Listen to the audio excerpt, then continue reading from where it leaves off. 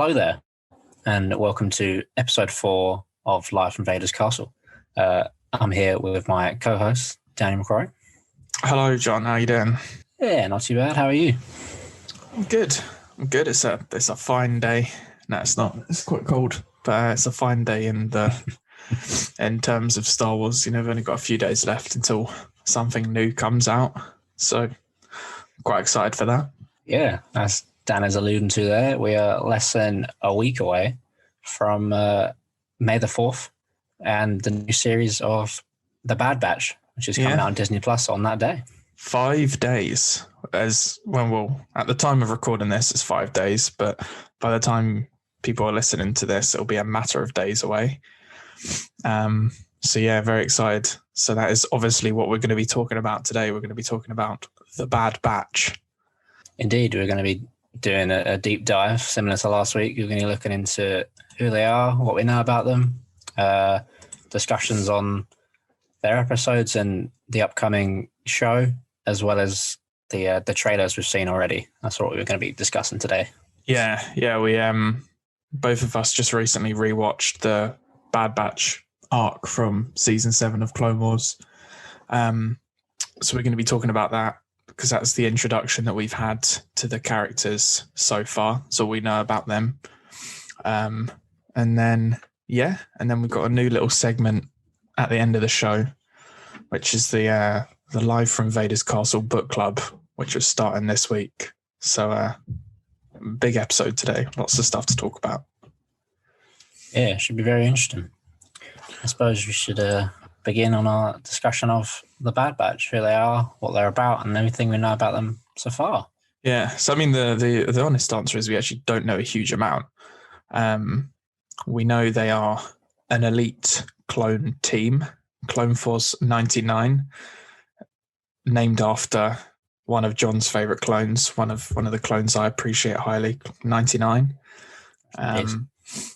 And they're a unique group of clones with mutations and defects, which make them extra skilled in battle.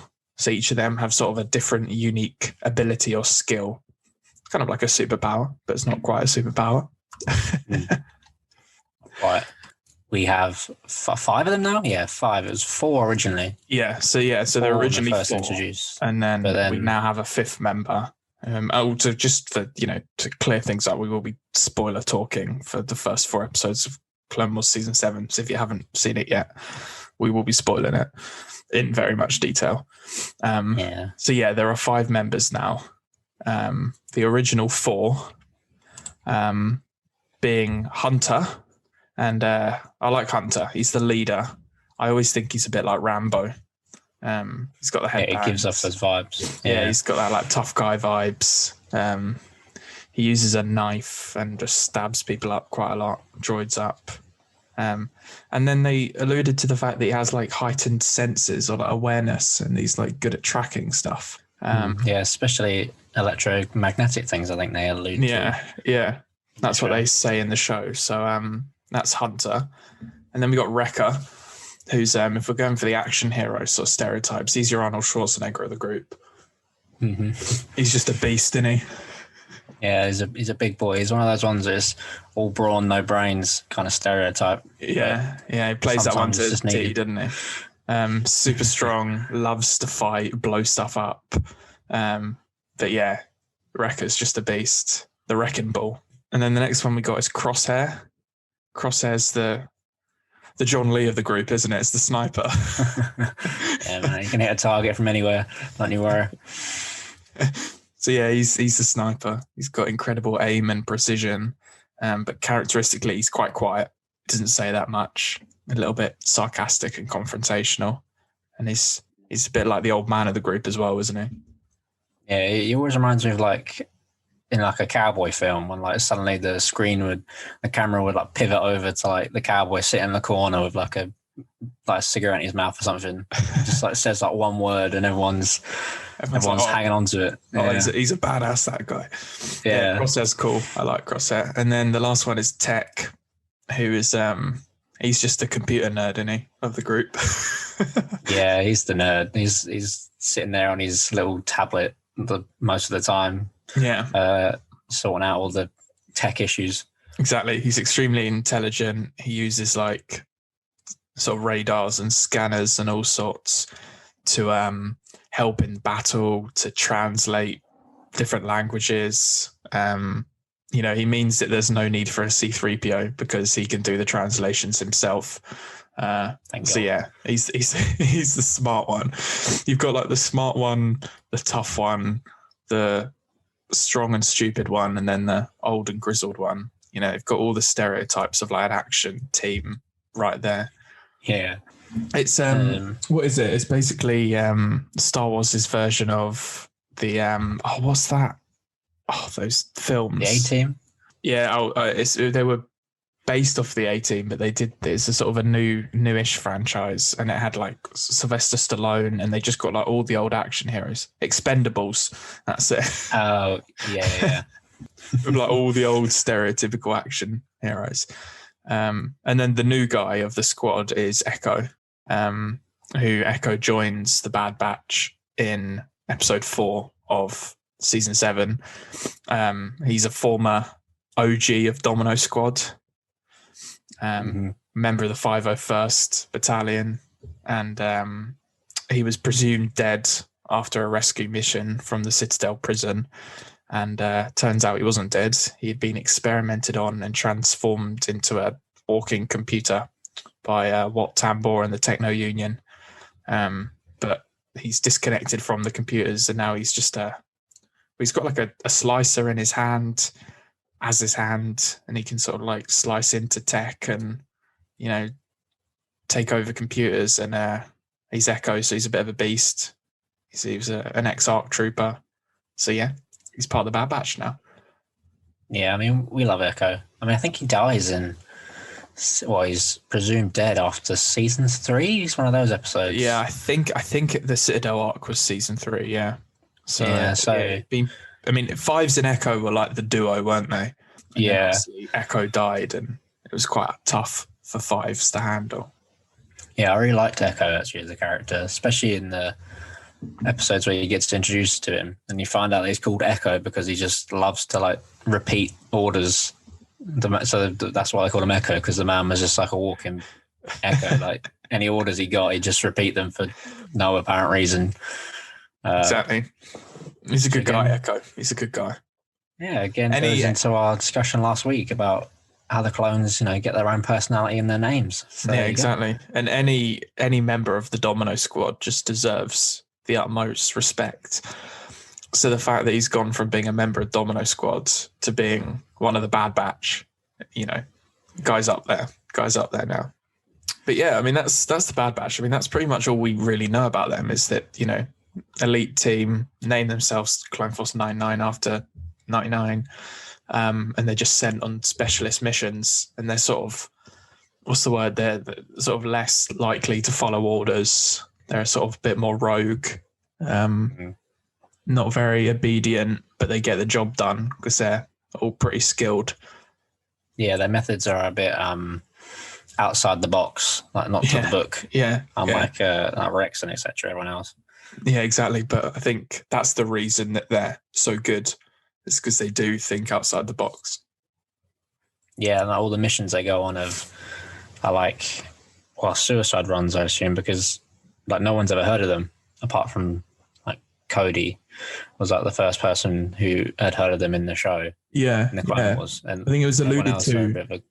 Yeah, it was alluded to that they had like done a couple missions with Cody, and that's how he knew about them. But Rex, I didn't really know who they were. They're sort of a bit of a, as you said, like a rogue sort of team that no one really knows who they are, but they do get the job done. They're pretty good. Yeah, the boys. I was also reading, I've just seen it on like Twitter or Instagram the other day. There's it was actually George Lucas who came up with the Bad Batch. Oh really? Yeah, it was him and Dave Filoni when they were like planning the Clone Wars TV show together. George had an idea of, a group of clones who are all sort of mutants and defects, and for that reason they were sort of extra strong. And him and Dave sort of together came out with the idea for the Bad Batch as a team. And then they like Dave went off and with the other writers wrote an arc for the Bad Batch, and like they did previs and everything for it, but it never ended up being an episode that they fully made. Never sort of ended up getting released. So when Disney let Dave finish off his Clone Wars stories with the final season, the Bad Batch was the arc that he chose to start off that season, because that was the storyline that he never got to tell, and him and George were quite passionate about. So it's nice that it's come like full circle, and now they're getting their own show. Yeah, no, that's a cool fact. Actually, I didn't know that. So just you wait, because if we see any toxic fans be like, "Oh, Disney have made this rubbish Bad Batch show, but what is this nonsense?" It's like, well, it's George Lucas's idea. Yeah, clap back with the George Lucas. Clap back with the facts. Yeah, exactly. But no, I think I really liked that arc. We'll get into it in more detail, but I think they're interesting characters, and my only criticism of them is I haven't seen enough of them to, like rank them really high in my characters. But I think if we get a whole season of television with them, I can imagine me getting more and more sort of into the characters. They do seem really cool. I think so far Hunter's my favourite. I think if I had to pick one, I'd say Hunter's my favourite. Yeah, same. I think he's strong but mysterious. And yeah, the Rambo vibes I think are quite good. Yeah, and he is a good leader as well. They have like good strategies that they sort of use, and Hunter's always making those good calls. And just seeing anyone like cutting about with a knife instead of a blaster does look pretty cool. But I mean, Wrecker was making me laugh quite a lot actually in some of those episodes. But we'll get onto that. So yeah, that is the Bad Batch. That's who they are. So I thought what we do sort of next is just have a good little discussion, review, chat about those 4 episodes from season 7, because it's everything that we know about the Bad Batch, what we thought of those episodes as a whole, what we thought of the Bad Batch's role within those episodes. And then we can sort of have a little discussion about our predictions for the show. So yeah, I think the 2 strongest arcs everyone will agree on in the season 7 is definitely the first and the last one. Yeah. So the Bad Batch, I think universally everyone enjoyed it. Yeah. And it's a really like good 4 episodes. Like this was actually me rewatching it this week was only the second time I'd watched these episodes. So there was a lot about it, which like in the sort of a year or so since I watched it for the first time, that I've been like, oh, right, okay, that makes even more sense to me, sort of just after, being more into my Star Wars again. But no, I thought episode 1, I'd almost go as far to say episode 1 was the best episode. But we'll talk about episode 1. It was called The Bad Batch. The little, what do you call them? The little bit of text that appears at the start of the episode for every Clone Wars episode was embrace others for their differences, for that makes you whole, which obviously ties into this whole thing about, the Bad Batch being different and embracing their differences, but also the Bad Batch embracing, Rex, Jesse, Cody, Kix, because they were regulars. They called them regs, but they're different to them. So it's that aspect as well. But yeah, what did you think about that first episode? Yeah, again, as you're saying, we both rewatched it. And yeah, going back and rewatching it is a very good episode. I think it's a really good introduction to the Bad Batch, as it's the first time I see them. And I think there's parts of the episode where you really get to see each one and how they are unique compared to like the normal clones, such as Rex. So obviously you get to see Wrecker's strength, and he lifts the ship off Cody. You get to see Tech whipping out some cool Tech things. They did that really awesome bit where like Tech and Crosshair were like teamed up, and like Tech was like giving him like coordinates or something, and then Crosshair was like throwing these shockwave grenades into the air with like a certain coordinate, and then Crosshair was like sniping him out the sky to like electrocute all the droids. And I thought that little like teamwork between the two of them was really cool. Yeah, and then I think they're really using as well, like showed off how much Hunter is like definitely like the leader of the group. So they're all like bickering at one point amongst like themselves and the amongst the like Rex and everyone else, all their other clones. And it was only when Hunter stepped in and was like, all right, like I think he picked up Rex or someone, and Hunter came in and was like, right, put him down. That was when Wrecker was like, oh, fine. You know, like his word is final, and he's really the leader of the group. Yeah. And I think that like that dynamic between the four of them was like really well established in that first episode. I feel like by the end of that first episode, you get who the Bad Batch are.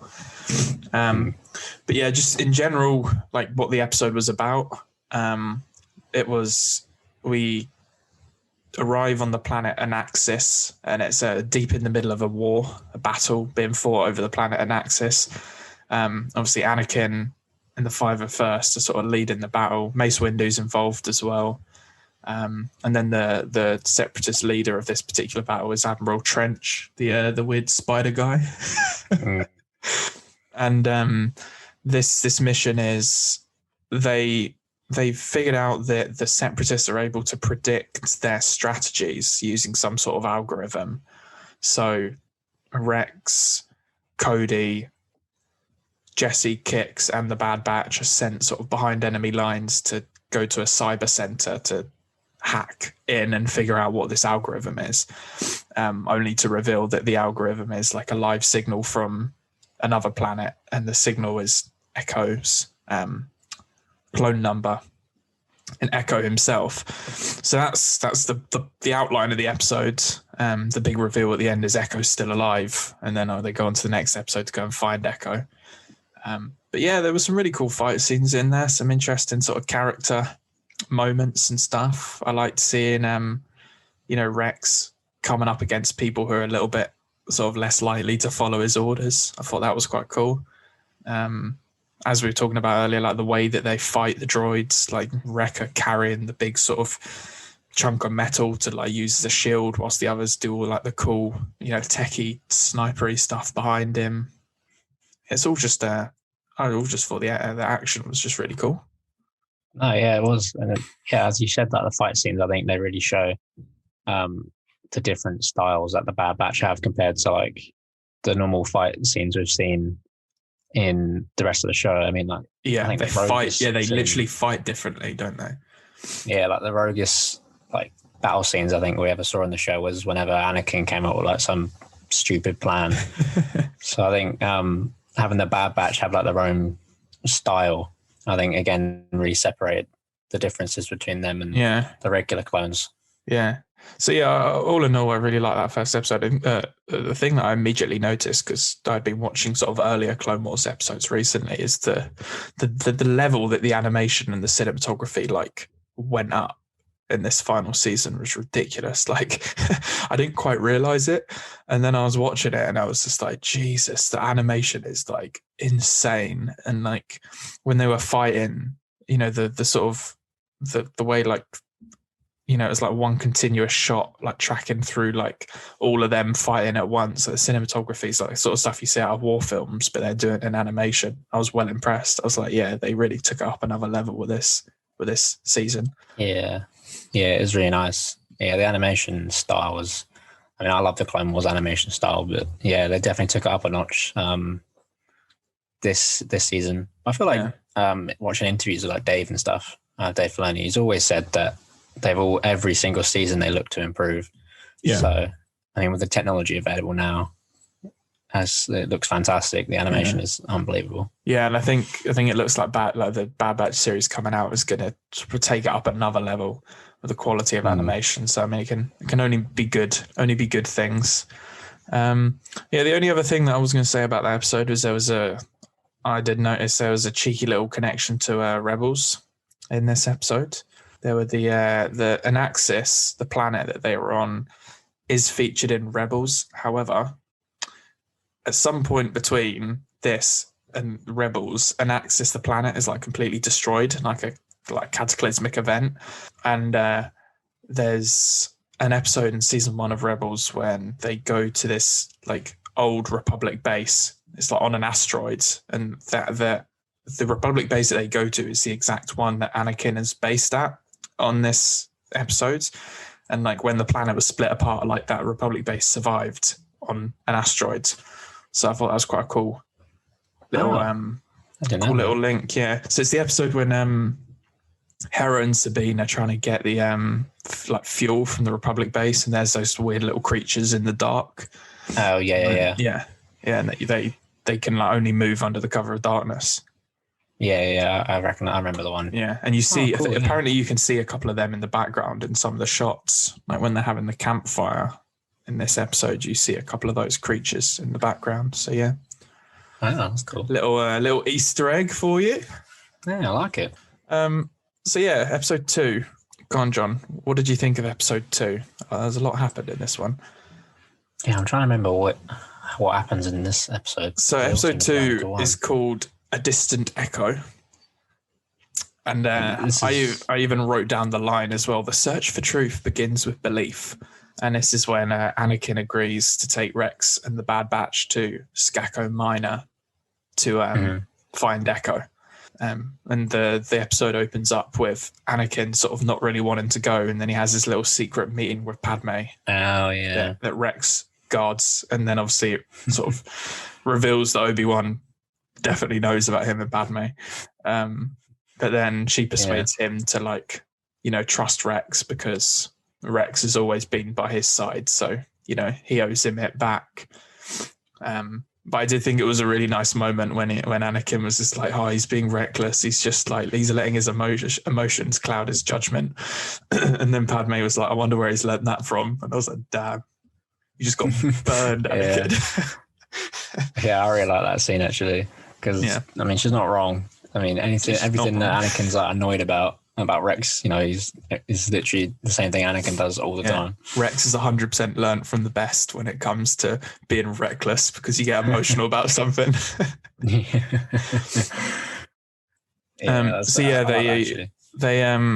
after that little bit, they head off to the planet's called Skako Minor. And it's a primitive planet, but the Techno Union have sort of taken control and built a big city of like really tall tower buildings. And lo and behold, Echo is alive and they find him in a cryo chamber, all plugged into computers. But yeah, what were your thoughts of the episode? No, I actually really like that episode. I like the scenes that halfway through when Anakin gets like kidnapped by that dragon thing. Yeah, by the natives. The natives, yeah.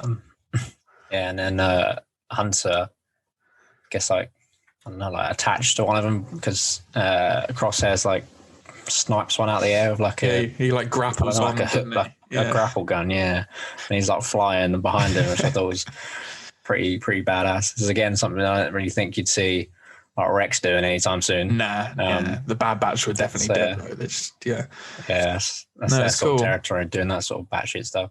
Yeah, I agree that. But I think the thing that I liked the most about the episode was the scene when they were like looking over like all the Techno Union buildings, and like they had a little bit of an argument because they were sort of like losing Echo's signal, and they were saying this is a trap, like he's definitely dead, like Rex, you need to just move on. And Rex was like, no, he's like, I know he's still alive, like can you just trust me? And like Anakin was sort of like trying to prepare him for him not being alive, but sort of still being like, yeah, I've got your back sort of thing. But it really just went to show like how much like pain and guilt like Rex carries around with him. Because like if you think about the amount of like clones who have died under his watch, you know, he's the captain, so it's not his fault, it's a war, but like I think he carries a lot of that guilt for all the clones who have died, and I think he sees this as an opportunity to like at least save one of them. So I think that like it was a really good episode for Rex, I felt like. Yeah, definitely. I think especially the ones from like Domino Squad, I think he definitely feels those losses because those are like the ones he took under his wing, especially with like Heavy, Echo, and losing them I think really took a toll on him. So I think that the fact that Echo could still be alive and he could save him at least is definitely a driving factor. They're like it's like they're his boys really, you know, and he's just trying to wants to keep them all alive, and they're well, brothers is that's what they call each other. They do see each other as brothers, and so it's that sort of like loyalty between clones is something that's explored a lot in the show. But I thought this episode was particularly good at it was a good episode for Rex and for the Bad Batch, and what they see the other, like I think they sort of look at the other clones and think, oh, like they're getting too caught up in it, but the Bad Batch themselves are like very attached to each other too. So, but yeah, I just thought that little moment when Obi-Wan was just like, tell Padme I said hi, or whatever he said, like that was like such a good moment, because I think one of the things I always thought when I watched Revenge of the Sith, I was just like, it was so obvious. Like Obi-Wan surely knew. And then at the end, when he was just like, Anakin's the father, you didn't know if that was him just figuring it out then, or if he had known for a long time. This sort of proves that, yeah, he had known for ages and he just didn't. He was sort of so loyal to Anakin that he didn't even say anything, which makes the whole fight even more tragic. What I really like as well, actually, is just before that scene, Anakin to Rex is like, oh, before you go, we have that thing to do. And Rex is like, oh, we don't have time for this. And Anakin's like, no, we are going. And like at the time, you're like, oh, I wonder what on earth could be so important. And yeah, it's just because Anakin wants to go talk to Padme and Rex has to stand guard. And Rex just really doesn't want to do it. Yeah, Rex is like that mate who like really just wants to get to the pub, but like his boy just has to FaceTime his bird before they go. Like he's like, fine. Yeah. Yeah, I love that. I love the relationship that they develop between Anakin and Rex. Like, Rex has just got his back through thick and thin. And like the fact that they've added this extra dimension that like Anakin has these like secret FaceTimes with Padme, and like Rex is always just guarding for him. Yeah, I just think that adds another layer to their sort of relationship. Yeah, it's very good. So then on to episode 3. By episode 3, they've got Echo out of the machine, but they're surrounded by loads of droids. And then Wat Tambor and his boys like try and break into the room that they're in to kill him. But they escape through the vents. And then they fly off on Kiridax, and that's why the episode's called On the Wings of Kiridax, and they're the big flying things.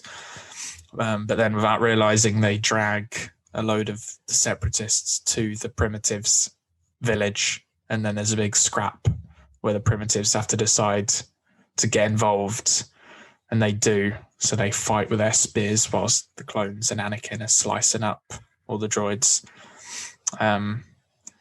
And I thought it was quite a good episode because I know it's a tried and tested like theme in the Clone Wars of like native species like not wanting to be involved in the war but realizing they have to be involved to survive.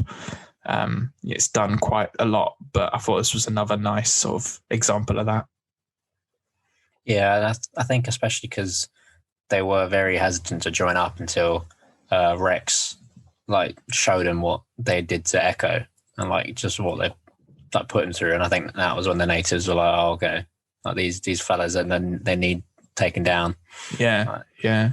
And it was it was a cool fight as well. I liked the fight in that village. Like Anakin was just being Anakin, like just like jumping on top of the big spider droids and just doing his thing, swinging his lightsaber about like a beast. Rex and the Bad Batch just like fighting in their own way, doing bits as well. Like I thought it was a good fight. I felt like getting Echo out and all that was really good, quite emotional to see. So yeah, overall, again, like the levels on the animation at this point, it's just unbelievable. Like it looks so good. And I think this third episode is probably my least favorite of the 4, but I still like a 8 out of 10 or whatever. I still think it's a really good episode. Yeah, it's a really strong episode. I really found those separatist droids really interesting. Well, the flying droids. Yeah, they kind of look like a really skinny, like I don't know, like ostrich or something.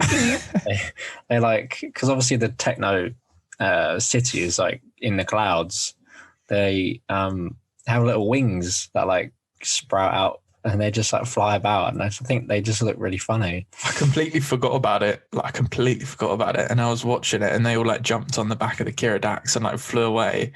And then like the droids like took off after them with the little wings came out. And I was like, I just started laughing. I was like, I completely forgot that there were flying droids in this.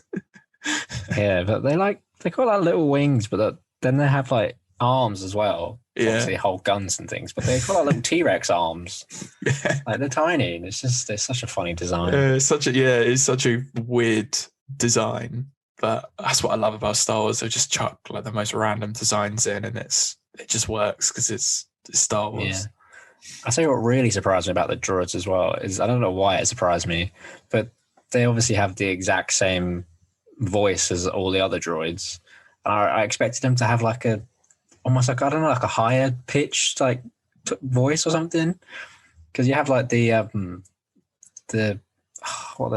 super battle droids, the big chunky ones. Yeah, the B2s are deeper, aren't they?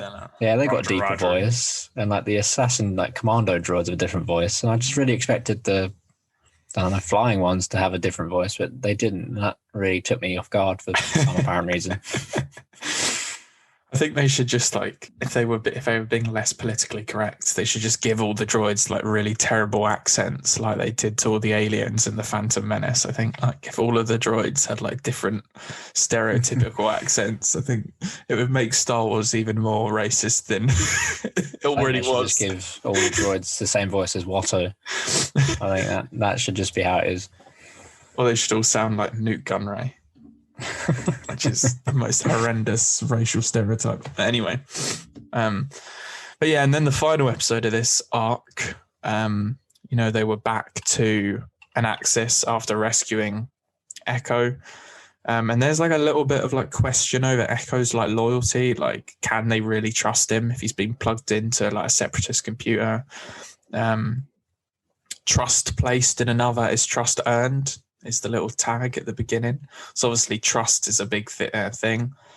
Mm-hmm. But Echo has a plan to sneak onto one of Trench's like flagships and to like give him false strategy. So like he does something that will ultimately cost him the battle. But the thing that Echo feeds him is to send all the troops straight onto Kenobi and Mace Windu's position. So they're all just like, oh, can we really trust him? But then he disconnects all the droids at once, which is a really cool little bit. And it's nice seeing that like the Bad Batch are like less wanting to trust him, but Rex is like, nah, Echo's my boy. I've known him since day one. I can trust him. So yeah, I thought that little bit was a nice touch. And it was nice, a nice way of showing that Echo's back. Echo is reliable. We can trust him. And then it sets up perfectly for the end of the episode when he goes off and joins Clone Force 99. I think it's a nice little story for Echo. Yeah, I agree. I think because obviously, you don't blame him for being a bit wary of Echo's trust, because I think this is probably like one of the first times we see in Star Wars like someone being cybernetically enhanced in that way. I know obviously we get it in like the original trilogy with what's his name? Lando's mate. Yeah, Lobot. Lobot, and you get it in Rebels as well. I think Grievous to an extent is sort of he's a cybernetic enhanced sort of turned into, there are sort of some elements of it, but I think this is like the most visual of like, he's literally just got like loads of plugs in his head and he's got a slicer in his arm. So they're probably wondering like how much is he actually just still a person with droid enhancements, or is he like full on like droid with just like some flesh on him, like a Grievous, I suppose. Yeah, and I think it would have been quite unrealistic if they just instantly trusted him. I think that was a good part of the story. It was nice to see Kenobi and Mace Windu getting a little bit of scrapping time. I think my probably second favorite moment in the episode was when Mace like drops down and he was like, I'm Jedi Knight Mace Windu, and he was just like, I have killed 100,000 of you droids, and if you don't want to die, lay down your weapons now. And then they all just start shooting him and he's like, fine. I just thought that was worth a go. Worth a shot. That was a funny scene, to be fair. Yeah, I like that. And then I think my favorite moment of the episode, I feel like most people talked about this, was when Anakin squared up to Trench, and it was just Anakin on his own, and like he was just like, "Oh, I'm gonna get the final code to detonate the bomb out of him," and he like cuts his arms off, and then like threatens to kill him, and then it like plays the Imperial March like music like really lightly in the background, and then he like ultimately kills Trench, even though he was again an unarmed prisoner like Dooku. So it just really sets up that, you know, there is that dark side in Anakin which has always existed. So yeah, I thought that moment was really, really cool. Yeah, I think, doesn't Anakin, like Trench is like, someone's mentioned something about like, oh, you Jedi haven't got like the stones or whatever to like do what you need to do. Yeah, and Anakin like chops off his arm and he's like, oh, I haven't got such weakness. Yeah, and you're like, jeez. Yeah, Trench straight up said to him, is like basically like, you won't torture me, you're a Jedi. And Anakin was like, well, you no longer have arms, so I'm serious. And then even after he got the information out of him, he's still like, yeah, I'll just, you know, shove my lightsaber through his chest. So yeah, I thought that was a good little way of just highlighting, you know, Vader existed all along. Sort of like the darker part inside him that like every human being has. They're sort of, you know, a dark part to themselves, but, you know, majority of people are able to sort of suppress that and choose to be good in all situations. But obviously in Anakin's situation, like Palpatine manipulates that dark side of him to take over him completely, and then he becomes a bad person. So it's a nice little bit of emotional development for Anakin. Yeah, the one thing I was a bit not disappointed on, but I just thought of it as soon as it happened, and then I was like, oh, I wish I did that, was when Trench dies, I really wanted them to just like curl up like a spider, you know. But obviously he just lays there, you know, like dead like a normal person. But I really wanted him to just like have his like arms, like his remaining arms, like curled up in front of him, like, you know, like a spider with a shoe. That's a really good point, actually. I'm furious about that now you've said it. We need to get on the phone to Dave Filoni and say that was a missed opportunity. Yeah, because he is like the species is like a, for those who haven't seen it, the species are like a humanoid-sized spider, basically. He's got like all the eyes, got like 8 arms, 6 arms or whatever. I think fangs, the whole shebang. I'm pretty sure there is a name for them as well. Let's just quickly have a look. What is the species called? A harch. Have you ever seen any? Oh, have you ever seen any other ones than him, or is he the only one we've seen? I can't remember off the top of my head. I think he might be the only one. Let's have a look on the old Wikipedia. There we go. Anakin, he's just wiped out a species. Yeah, in canon, he's the only one who appears. Hopefully he's not the last of his species, because that would be pretty tragic if he was. Anakin's just wiped out the entire species. In one fell swoop, he's just got rid of that whole endangered species. But I mean, in terms of the Bad Batch, I thought this was another cool episode for them. Like when they were fighting on the ship, they were doing like the whole Gimli and Legolas thing between Crosshair and Wrecker, which I thought was quite funny. There's a load of, they get surrounded by droids, and Wrecker's like, oh, like here comes the wrecking ball, and like just runs through and just beats up all the droids. And then Crosshair like does this like madness where he puts all these like reflective panels along the walls and like fires a bullet so it like hits off all the panels, and then Wrecker's like, oh man, he's just like trying to one up me. And I thought that bit was quite cool. But then Anakin managed to like steal like a self-detonation device so like Wrecker could blow up all the ships at the end, and he was like, this is the best day of my life. I was very excited. Yeah, so it was a fun episode. I really liked it. Just overall, like, thoughts on the arc, but I thought it was a really good arc. Great intro to the Bad Batch, showed how sort of unique and fun characters they were. But also, I think it was interesting the way they bounced off, you know, the other characters like Anakin and Rex and Echo. So yeah, what about you? Overall thoughts? Yeah, overall, I thought it was very good. And now knowing that we're going to get a show off that, I think it set it up perfectly. Like, it gave you enough information to be interested, but then enough so that if whenever they announce the show, you'd be keen to go watch it to find out more. Yeah, because I certainly, when they announced that the Bad Batch would be the next animated show, I was certainly like, oh, really? The Bad Batch? Like, they were just those clones from those 4 episodes. But then, like, the more, like, footage came out and it was, like, realizing it was going to be post-Order 66 and all this sort of stuff, I was like, right, this could be cool. And then rewatching these episodes now, I was like, actually, on second watch, like, these are cool characters and I can't wait to, like, actually get to know them. Because like when I think of Rebels, like I remember after like the first 2 episodes of Rebels, I was just like, I'm not really sure I like this crew. Like I'm not so sure about them.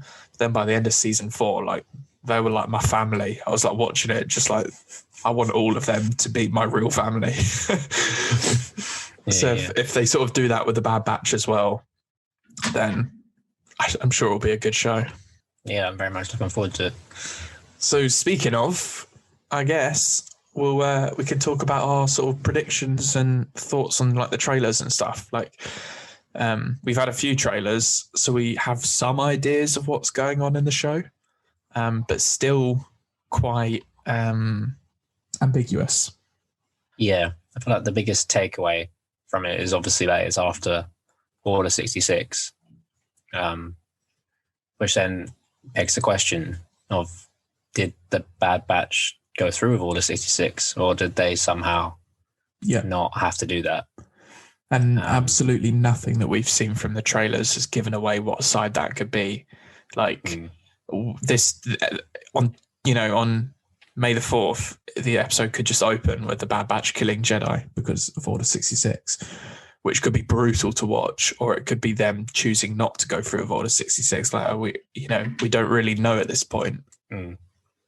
Like there's scenes with them fighting clones, or like scrapping clones, which then makes you think, are they getting hunted because they didn't go through Order 66, or did they do it and then something afterwards to then set this off? Yeah, and obviously, we see them back on Camino, and Tarkin is like testing them. It's the facility where like the Clone Cadets episode was set, with them sort of like fighting these sort of like training droids just to like prove their sort of strength in front of Tarkin. Is that because they've gone through Order 66 like good little clones, and now he's like testing like how he could use them in the future, and then they do something and then he's like get them killed? Or does that happen before they don't do Order 66 and then he's like, right, they didn't follow my orders, let's get them killed, sort of thing? So I think it's still good and ambiguous. I really like it. Personally, I really don't think they did. I don't think they did either. No, that would be my guess. And I think one of the reasons is because I'm assuming they don't have the same inhibitor chips that all the other clones have, which is just based off how they behave, to be honest. Yeah. Because they aren't great at following orders, apart from like Hunter's orders and like their own like way of doing it. Yeah, I think if I had to make a prediction, I'd probably be the same as you, that they don't have inhibitor chips, or they don't function because of their mutations, and they didn't go through with Order 66. But I think it would be insane if the episode just opened and they were committing Order 66. I think it's, we don't really know what's going to happen. But yeah, I think I agree with you. That would be my prediction as well. Yeah, or my other way of them not having to go through with it is it all revolves around Echo, of like the order going off and they get in the transmission, but then the Echo's chip will malfunction if it's still in there because of the everything that the Separatists put in him as like will like sort of short circuit it, and then he'll get rid of everyone else's.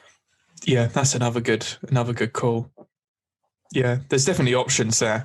So I'm very excited to see where they go with it. But I mean, to be honest, the two things that grabbed me was in that the first trailer we saw was going back to Camino, which is awesome. Oh my God, my dog is barking away. Going back to Camino, which obviously I'm excited about, but seeing Tarkin as well. I love Tarkin I hate him. He's a prick. But like as a character, he's so cool. Tarkin's backstory is brutal. Like I know that on his home planet, like when he was growing up, his parents would like chuck him out into a field of like these like savage wolves and like let him get ripped apart for him to like learn what it took to survive and stuff. Like the guy's messed up. So if like Tarkin ends up sort of being like the foe for the Bad Batch over the season, or at least the guy pulling the strings, I think that'd be really, really good. It'd be nice to see more Tarkin. Yeah, I think Tarkin is such an interesting character because of how much of how long he's been around in Star Wars. Because obviously he was in the original trilogy as like an older man, but then I think seeing him in Clone Wars is obviously very interesting, especially because of the way the Grand Republic is run doesn't align with how we've seen him before in the original trilogy. Yeah, so I think, and he appeared in those Citadel episodes, didn't he? And there was definitely a side to him that we saw there that was more in line with Imperial Tarkin than a good Democratic Republican Tarkin. Yeah, I think it'll be interesting to see the like full on return to original trilogy Tarkin of him being like a complete savage, evil man. Yeah, I agree. It'll be really cool. And then a couple sort of other things I noticed from the trailer is, we see Palps in the hologram of him, turning the Republic into the Empire. I think Palps is probably going to have quite a big presence, whether it's just over holograms or sort of, messages and stuff. I think he's clearly going to have quite a presence, which I think is exciting. Obviously, Tarkin, Rex. I mean, we saw Rex for sure. That was Rex in the second trailer, because you saw all like the tally marks on his helmet. So I'm like 99.9% sure that's Rex. Saw Gerrera was in it as well, which I was quite surprised to see. Like a younger Saw Gerrera, which obviously we met him in Clone Wars, quite a radical.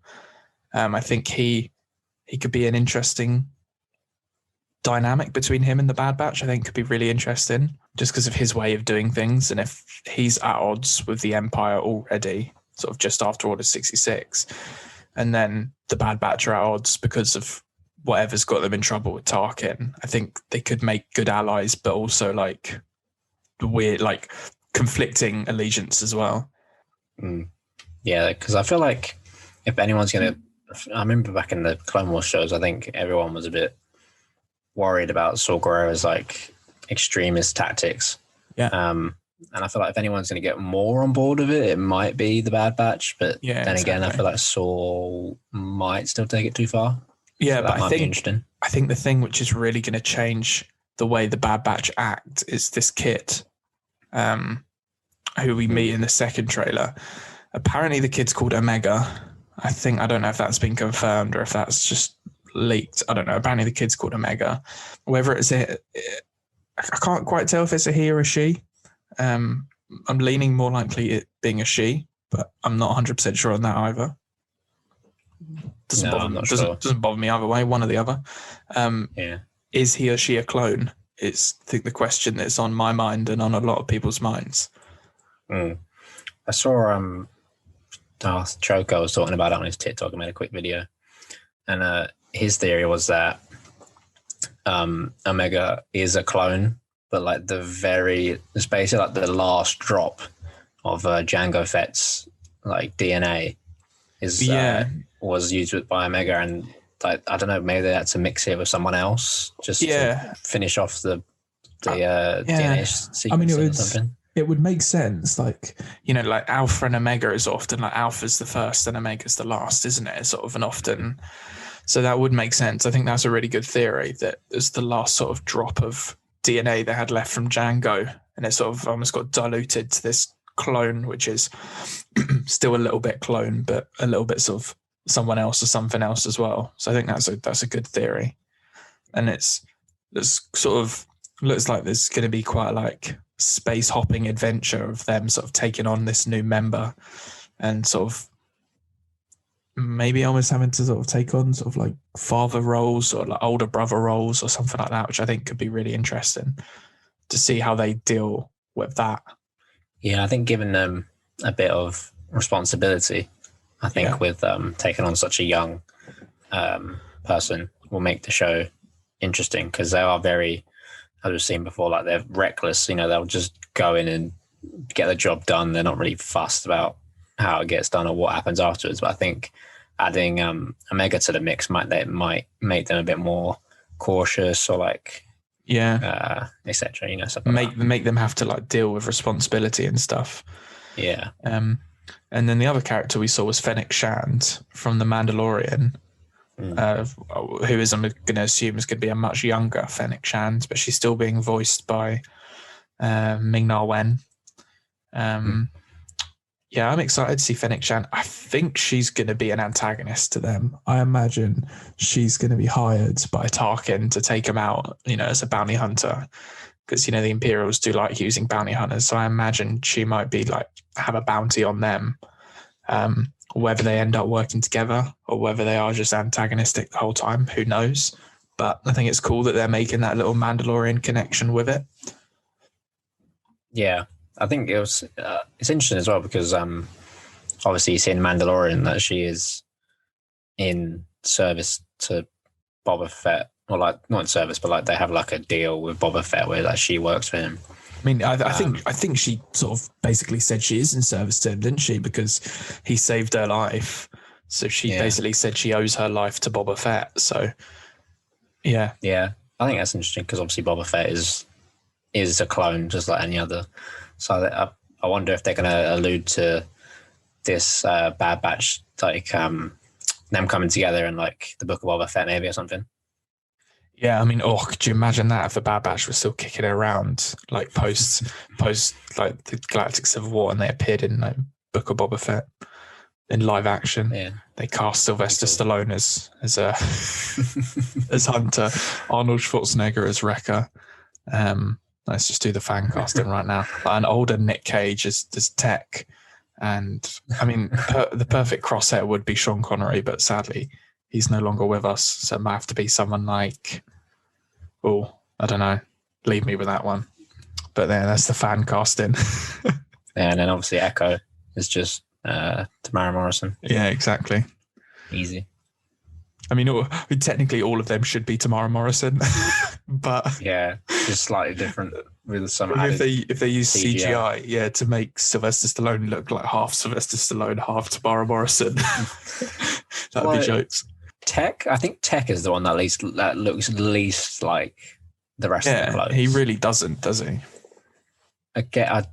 Hopefully they explain in the show, in the Bad Batch, how they've come across like the mutations needed for these four. But yeah, Tech looks very different to the rest of the clones. Like, you can still tell that he's like a clone, but I guess he kind of just looks like a brother as opposed to like they're all like identical twins. Yeah, exactly. So yeah, there's definitely some interesting stuff going on in the trailer. There's clearly an episode where they're going to there's that Zygerian slaver planet again. Because you see one of them in there, like with his whip, like fighting Hunter. You see some shots of like sort of like shipyards of like wrecked Republic cruisers. So I'm assuming we're going to see some like elements of like the Grand Army of the Republic being destroyed or stripped away. And then I did notice there was a scene where they were fighting B-1 battle droids. So the sort of question I'm having there is that a flashback to them fighting during the Clone Wars, or is that actually present day post the Clone Wars of them like mopping up sort of like leftover droids that are still like scattered around the planet? Either could be interesting. Yeah, no, I agree. That would actually be quite interesting to be fair. And then the only other thing I'd noted is in the second trailer, there's like a city with like where all these walkers are, and it looked a bit like Naboo. It might not be Naboo, but it looked a bit like Naboo. So I also just noticed that. So yeah, I mean, I don't know what are my, I don't really know what even my big predictions are. Like, do I think we're going to see any Jedi in it? Possibly. I mean, there's not exactly that many Jedi left at this point in time. So unless it's like Jedi being killed, not really sure. I doubt we're going to see anyone like Kenobi or anyone like that. Or Ahsoka, possibly, because we know her and Rex obviously survived Order 66 and at least went off together for the initial period of time. But then we see Rex in the trailer. So are they going to bump into Ahsoka? I hope so, because we love Ahsoka. But if she doesn't serve a purpose in the narrative, then there's no point chucking her in. Yeah. I was wondering if we're going to see Vader. Yeah. I feel like they just love to have a little cheeky Vader cameo just tucked away for themselves.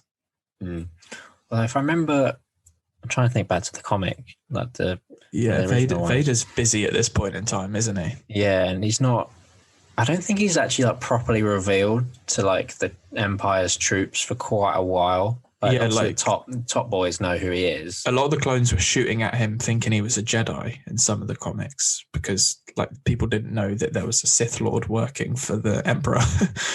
Yeah, like he still has his like 501st. Like he still takes them on missions, and they know he's Vader.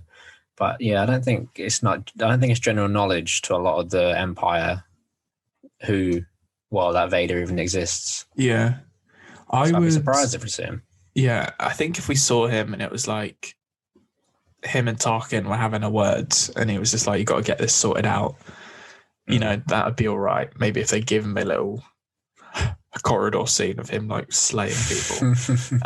But I would want them to use him sparingly because we know that he's quite busy at this point in time, like building his castle and taking out remaining Jedi and that sort of thing and proving himself to Sidious. So I wouldn't want them to use him too much unless, and I don't think this will happen because I imagine they're planning Bad Batch as like a multiple sort of series show.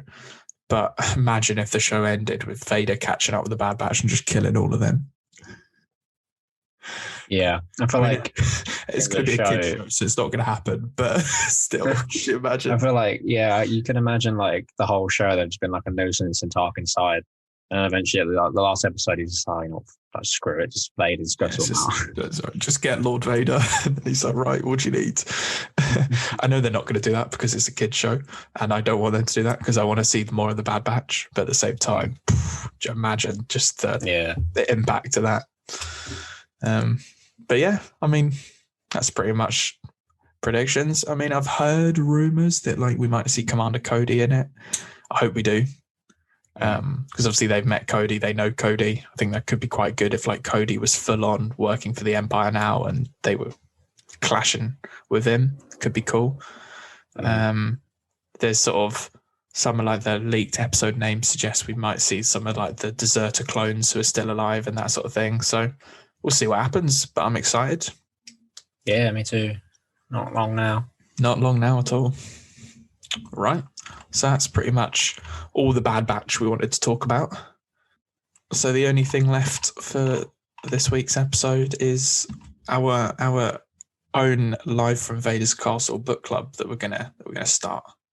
Yeah, very exciting. So our idea here is every month we will suggest a book for people to read, and then in a month's time we will discuss that book for like the last 15-20 minutes of the show. Full spoiler discussion. If any of our nice loyal listeners do happen to join us in reading said book, then we'll find a way for like you to send in your thoughts, any questions you had about it, any thoughts, whether it's an email or a DM on Instagram or whatever, we'll figure it out. But yeah, that's the plan. So every month we sort of have a good little discussion about a book, and then, it gets more people talking about the books because, in my opinion, the books are great and not enough people read them. So I think it's time that we do our good work to change that. Do the Lord's work. Exactly. Get the book's name out there. Exactly. And then I think we'll talk about it at some point, but I know John in particular reads a lot more of the comics, so it could be at some point that we have sort of some discussions about that as well. Yeah, no, that'd be good actually. That'd be interesting. Yeah. But anyway, this month's book for the book club is Light of the Jedi by Charles Soule. Now, this is one I've read, and I want everyone to read it. It's fantastic. I'm finally getting around to persuading John to read it, so this is going to be good. It's the first book in the High Republic era, the sort of new storytelling initiative from Lucasfilm, which is like comics, books, audio books, all sorts. Probably going to expand into games and shows eventually, but at the moment it's the books. It's the first book. It introduces the new cast of characters, loads of brand new Jedi, some non-Jedis, and really the interesting new villains of the series. It's got a huge, expansive plot throughout the book. It's a very big open world book where you get to see lots of stuff, and it's interesting. It's sort of, I don't want to talk too much about it because that's the point of the book club. But if I had to sell it, it's, if you picture Obi-Wan Kenobi's line in A New Hope, when he says, "For 1,000 generations, the Jedi Knights were the guardians of peace and justice in the galaxy." We never really saw that in Phantom Menace. They lost their way. They just became troops for hire, essentially. And this is seeing the Jedi, what the Jedi were supposed to be: peacekeepers, guardians of justice, independent, representing the Force in its best possible ways, being guardians of the light and that sort of thing. It's a fantastic book. Charles Soule was a great writer. So I encourage people, if they want to take part in our book club, to pick up a copy, read along, and then in a month's time, we can discuss it. Yeah. I mean, I'll be ordering mine later today when I get paid. Yeah, I know. I'm really hoping you like it, John, because if you just turn around and say, "Oh, I didn't like it," so I'm going to sound like a right muppet. No, I'm sure I will. So thanks to the beauty of Amazon, it hopefully should be here tomorrow, so I can dive straight in and have it read in a month's time to Exactly, discuss. Yeah. So that's our plan. So if anyone else does the same, then do let us know, because we could be talking about it next month. So yeah, that's us for today.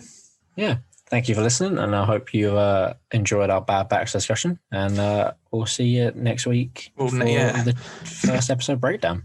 Well, I think next week will be episode 1 and 2, because we're getting episode 1 on Tuesday and then episode 2 on Friday.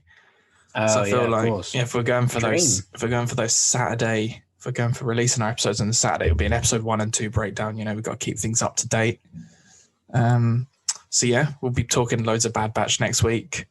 And then every week after the Bad Batch airs, the day after, you can expect a brilliant discussion and breakdown from your boys over here at Live from Vaders Castle. Nice.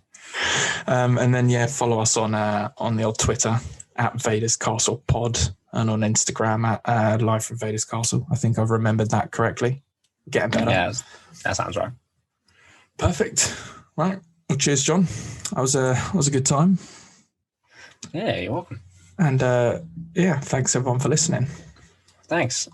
See you next week, guys. Goodbye. Bye.